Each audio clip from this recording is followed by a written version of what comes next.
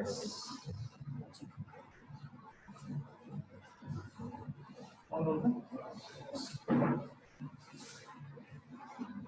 everyone. Hope you can hear me.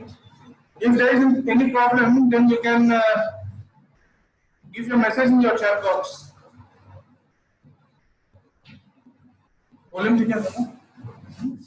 Okay.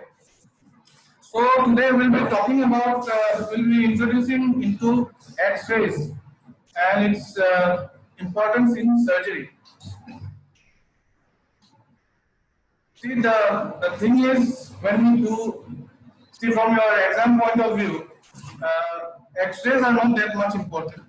It is maybe 10 marks, but its relevance is once you pass out from your MBBS, then somebody gives you an X-ray and asks you to read it, and you should be at least be able to read it. So, and one more thing is, you know, when we surgeons, when we look at an X-ray, our perspective is a little different than what the physicians see. Okay, we look for things which we can correct by operation. That is a basic. It's not so all the things, but it's something like that.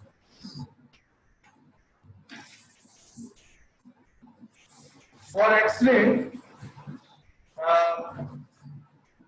we'll start by the type of X-rays that we generally encounter. You have to know when you read an X-ray, the type of X-rays you encounter. So the first is a plain X-ray. Plain X-ray, that means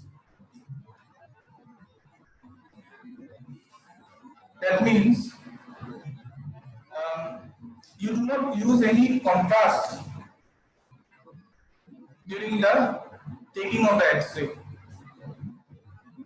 And another type is a contrast X-ray. What's a contrast X-ray now? A contrast X-ray is when you give a radio opaque dye, which you can introduce orally or via intravenous route or any other route for that matter, so that you can see those parts or those organs which are not normally seen when you do an X-ray. A simple example is barium swallow or intravenous urography. So what you see in the screen now is a plain X-ray, plain picture of the chest. Now, how do you read an X-ray?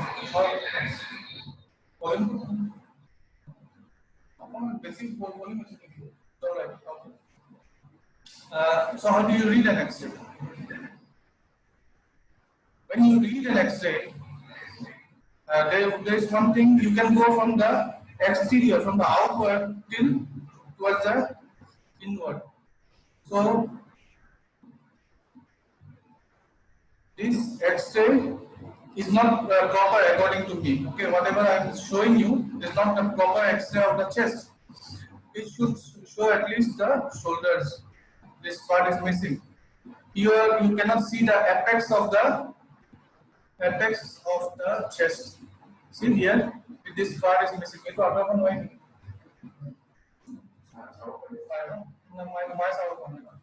Okay, see this part is missing. Okay, this part is missing. But the lower part of the X-ray is okay. You should at least clearly see the domes of the diaphragm on both sides and the angles on both sides. Okay. So how do you describe an X-ray? So this is the plain pictures diagram of the chest. It is whether it's a PA view or AP view. That is what you have to hear. It's a clear view of the chest, and we can see the part of the shoulder blade. Then you can see the scapular line. You can see the ribs clearly. Okay, the ribs, and we can see the domes of the diaphragm on the both sides and the cardiac shadow. To know what is abnormal in an X-ray, you have to know what is the normal X-ray first. So this looks like a pretty normal X-ray to me. You can clearly see the bronchovascular markings. These are the bronchovascular markings over here. Looks like a root of a tree, a root of a stalk, maybe on both sides. They should be clear. They disappear when there is fluid over there, or if there is a pneumothorax. The lung collapses and you cannot see the bronchovascular markings. So these bronchovascular markings are pretty clear. Okay, you can see the cardiac shadow, no abnormality, no extraordinary bulging anywhere, and no opacity over any part of the lung field. So this is pretty normal X-ray to me. What?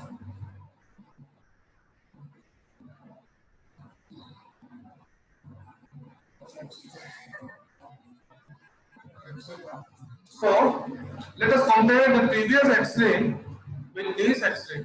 See, this X-ray is quite proper. Can you see?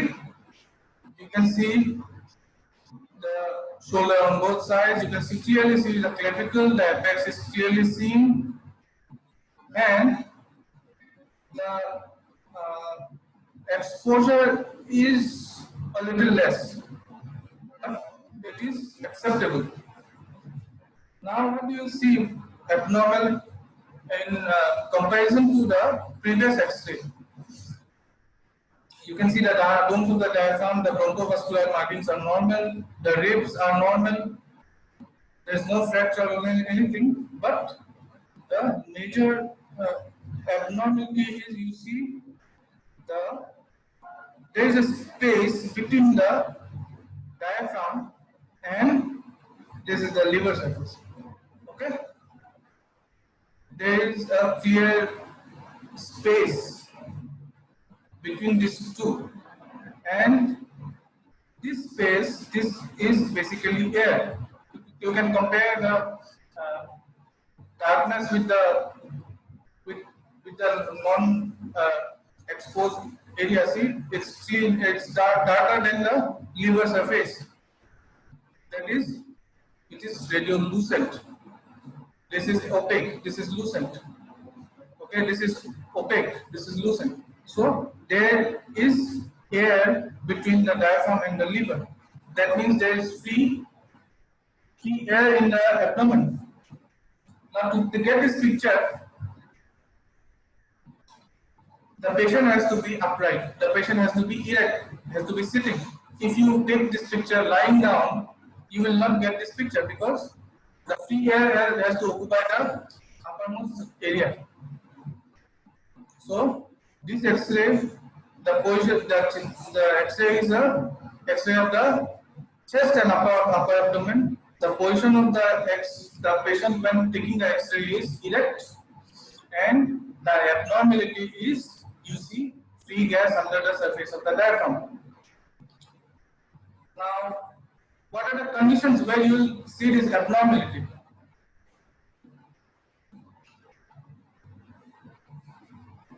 You see this abnormality if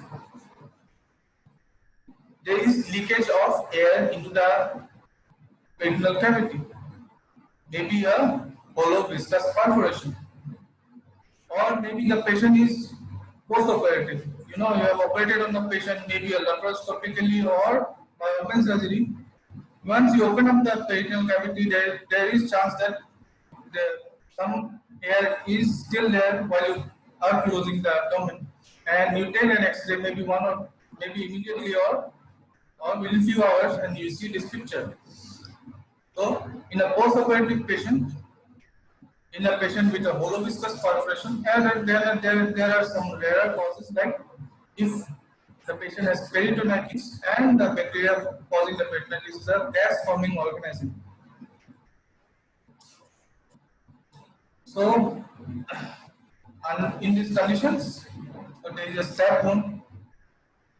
There is a stab wound in the abdomen, which reaches the peritoneal cavity, and air enters the peritoneal cavity, and you to take an X-ray in the post, take an X-ray, and you see this picture. So, this is an ominous X-ray. Now, instead of free air, there sometimes the large bowel may occupy that space between the diaphragm and the liver surface. We have this X-ray over here. See, again, you can see the exposure. The text is not very clear, as I can see, and otherwise the X-ray, the picture is proper, but the X-ray is underexposed. And what do you see here? See, you can see a thin rim of diaphragm over here, and you can see some air. But the air is not as clear as in this previous picture. So, the thing is, this is bowel gas. Maybe more commonly the large bowel. The large bowel, sometimes the hepatic flexion, they occupy this area with gas, and when you take a picture, it feels like there is gas under the surface of the diaphragm, which is not true. This is also called a Chilaiditi syndrome. Chilaiditi syndrome is its name. In comparison with a hollow viscous perforation with gas in the diaphragm, the patient will not have those symptoms of peritonitis, severe abdominal pain, abdominal distension. Those will not be present in this patient. Okay.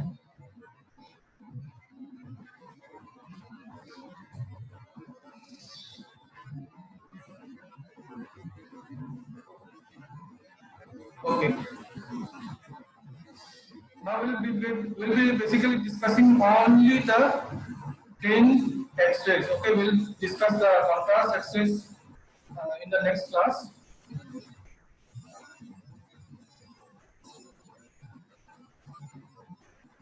Okay, there is another X-ray, plain X-ray. It's not a contrast X-ray, plain X-ray of the abdomen. The exposure is not complete. You do not see the diaphragm. See, you have to see the diaphragm on both sides. If it's an abdominal X-ray, and even in a chest X-ray, you have to see the domes of the diaphragm on both sides. Okay, you cannot comment whether there is a perforation or not in this case, in this X-ray. But what we want to see is there are large amount of bowel gas, distended bowel all over, and you can see some air fluid level. There are some air fluid level, not all over the abdomen. Yes, this is another X-ray. See, you see a lot of bowel gas, and here you see air fluid level. Like in a glass of water, there is some air and there is some fluid. That is what happens. Why does it happen? Air fluid level is when there is no movement of the bowel. When there is movement of the bowel, then you won't see the interface of the air and the fluid. Because there is peristalsis, the fluid will be always in motion. There won't be the fluid won't stop. It will always be moving, so you do not see air fluid level in a patient with normal peristalsis. So the peristalsis is stopping in this case. Where do you get stoppages of peristalsis or paralytic ileus? Paralytic ileus will be if the patient has peritonitis. When there is peritonitis, then at one point of time the bowel will stop functioning and will go into paralytic ileus or in obstruction. In obstruction, in the acute phase, you do not get air fluid level. But at one time, the peristalsis due to the obstruction, the peristalsis will first increase and gradually the peristalsis will weaken, and when the peristalsis stop, then you will see multiple air fluid level. Your diagnosis will be paralytic ileus. Similarly, in this case also. See?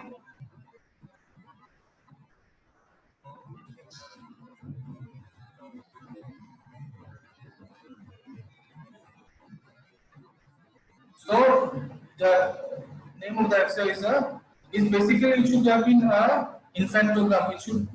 It's a baby. It's an X-ray of AP view of a infant.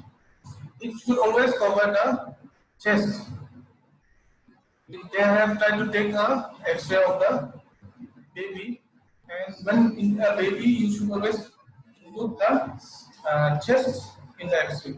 So it should have been an infantogram.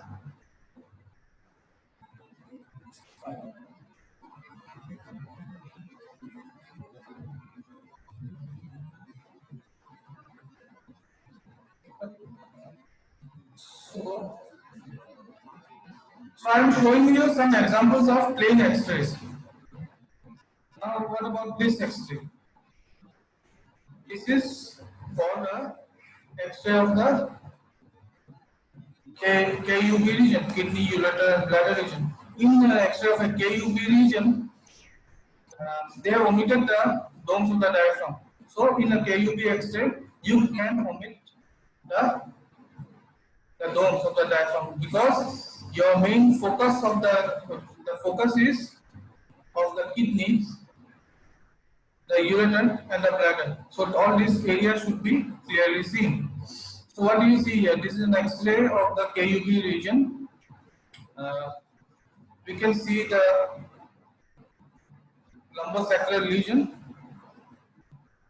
the pelvis, the sacrum, and you can see few air gas, bowel gas over here, and we can see the psoas shadow.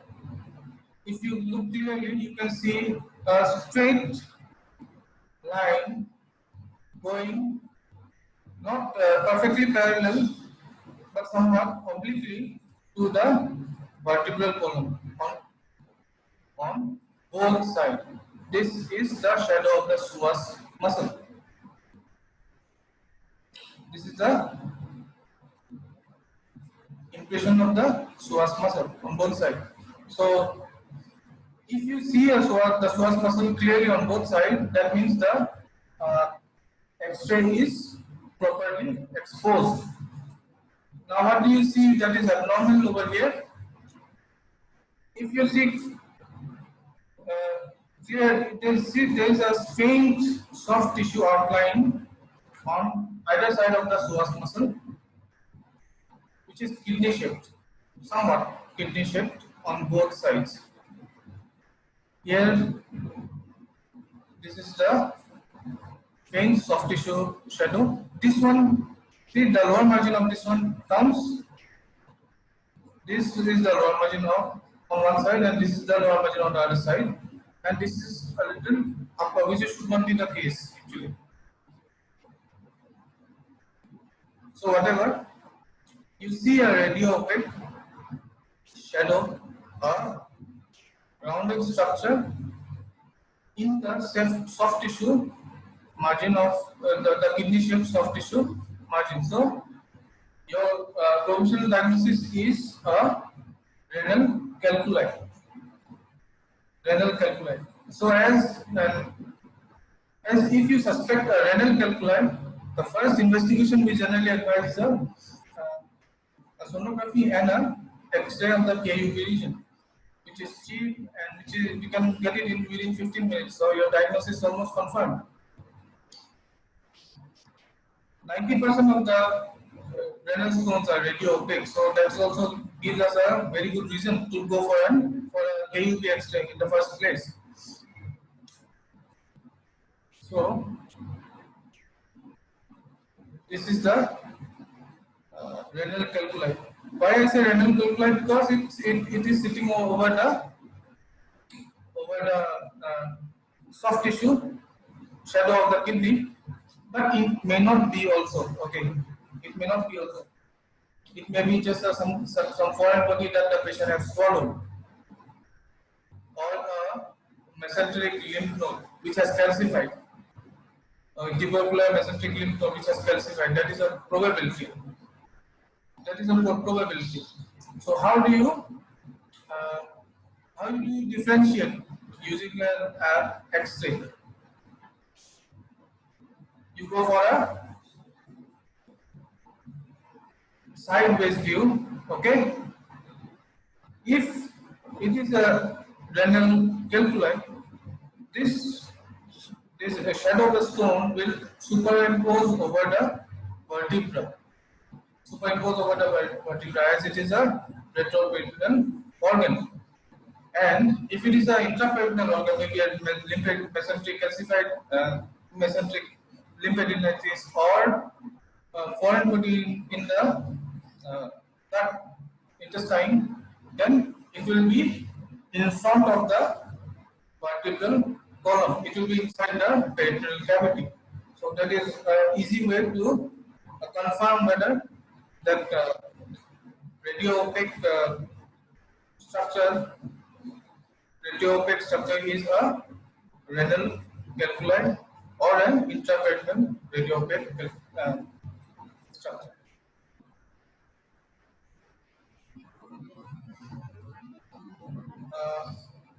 So this is another X-ray, plain X-ray. It's not a contrast X-ray, plain X-ray, which is not showing the KUB region. So the X-ray is not proper. If you are looking for a stone in the kidney, you always have to look for the ureter and the bladder, because a lot of times renal stones may have a ureteric stone and a bladder calculi along with the renal stone. So, but anyways, as we see some, it's not a rounded structure. See, the radio-opaque structure is not rounded. It has branches, and one end is leading towards a pointed end. It has rounded structure over. These are occupying the calyces of the kidney. And if you see clearly, if you see nicely, there is this faint shadow of the kidney. There is a faint shadow of the kidney over here, and this projection is going towards the pelvis of the kidney, and these rounded structures are occupying the calyces of the kidney. It's a typical picture of a Staghorn calculus. So typical picture of a Staghorn calculus of the kidney. Gradually, this rounded structure will go on increasing, and it will the cortex of the kidney will become thin. That is how it destroys the kidney slowly. Wanting to note is these patients with Staghorn calculi, most of them do not show symptoms of pain.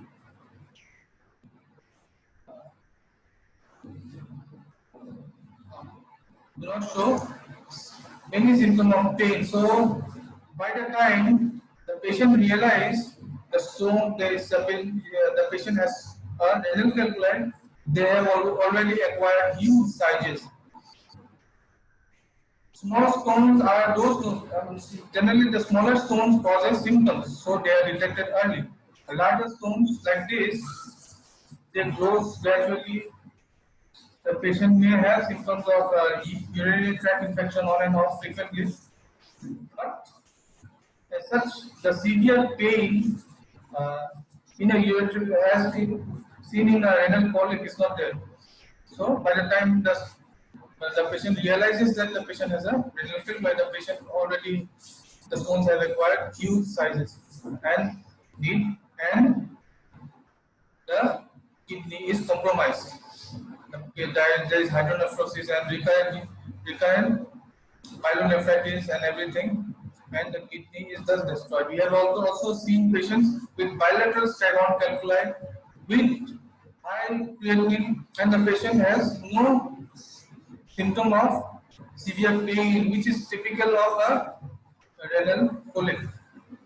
The patient comes with renal failure on bilateral side. The patient has coughiness and fetal edema and decreased urine output, and we do a workup of the patient, and then we see that the patient has staghorn calculi on both sides with renal destruction on both sides. So this variety is dangerous in that way.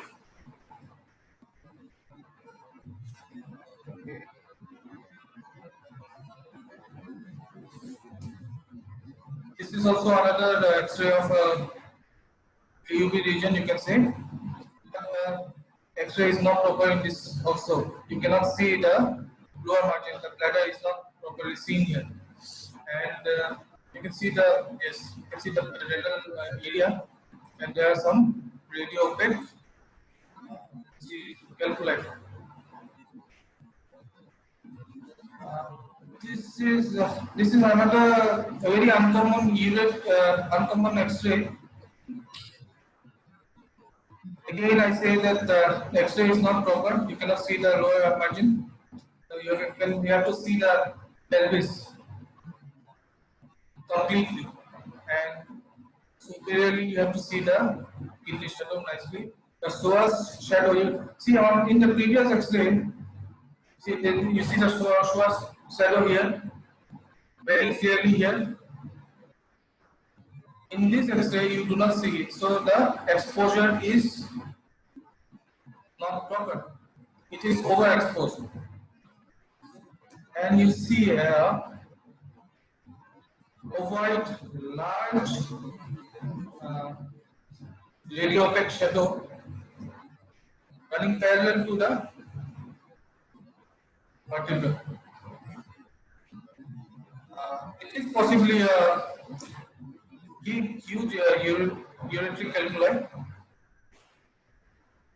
but generally the ureteric calculi do not acquire this big a size.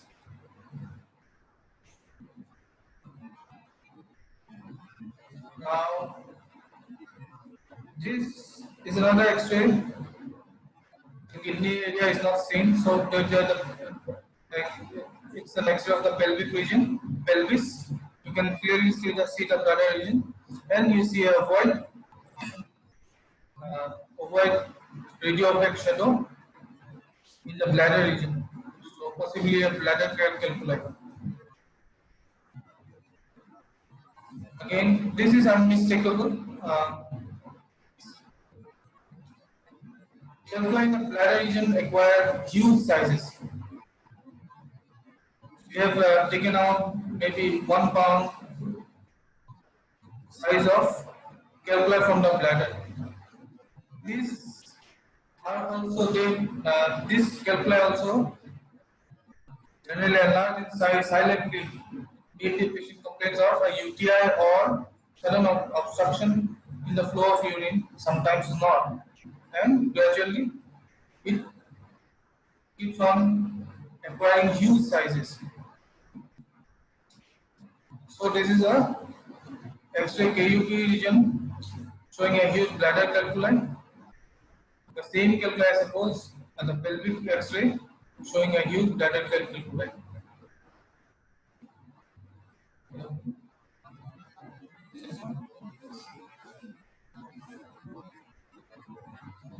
So we have introduced, given an introduction into the X-ray. In the next class, I will be taking X-ray of the contrast X-rays, especially the intravenous pyelogram and barium X-rays. Thank you.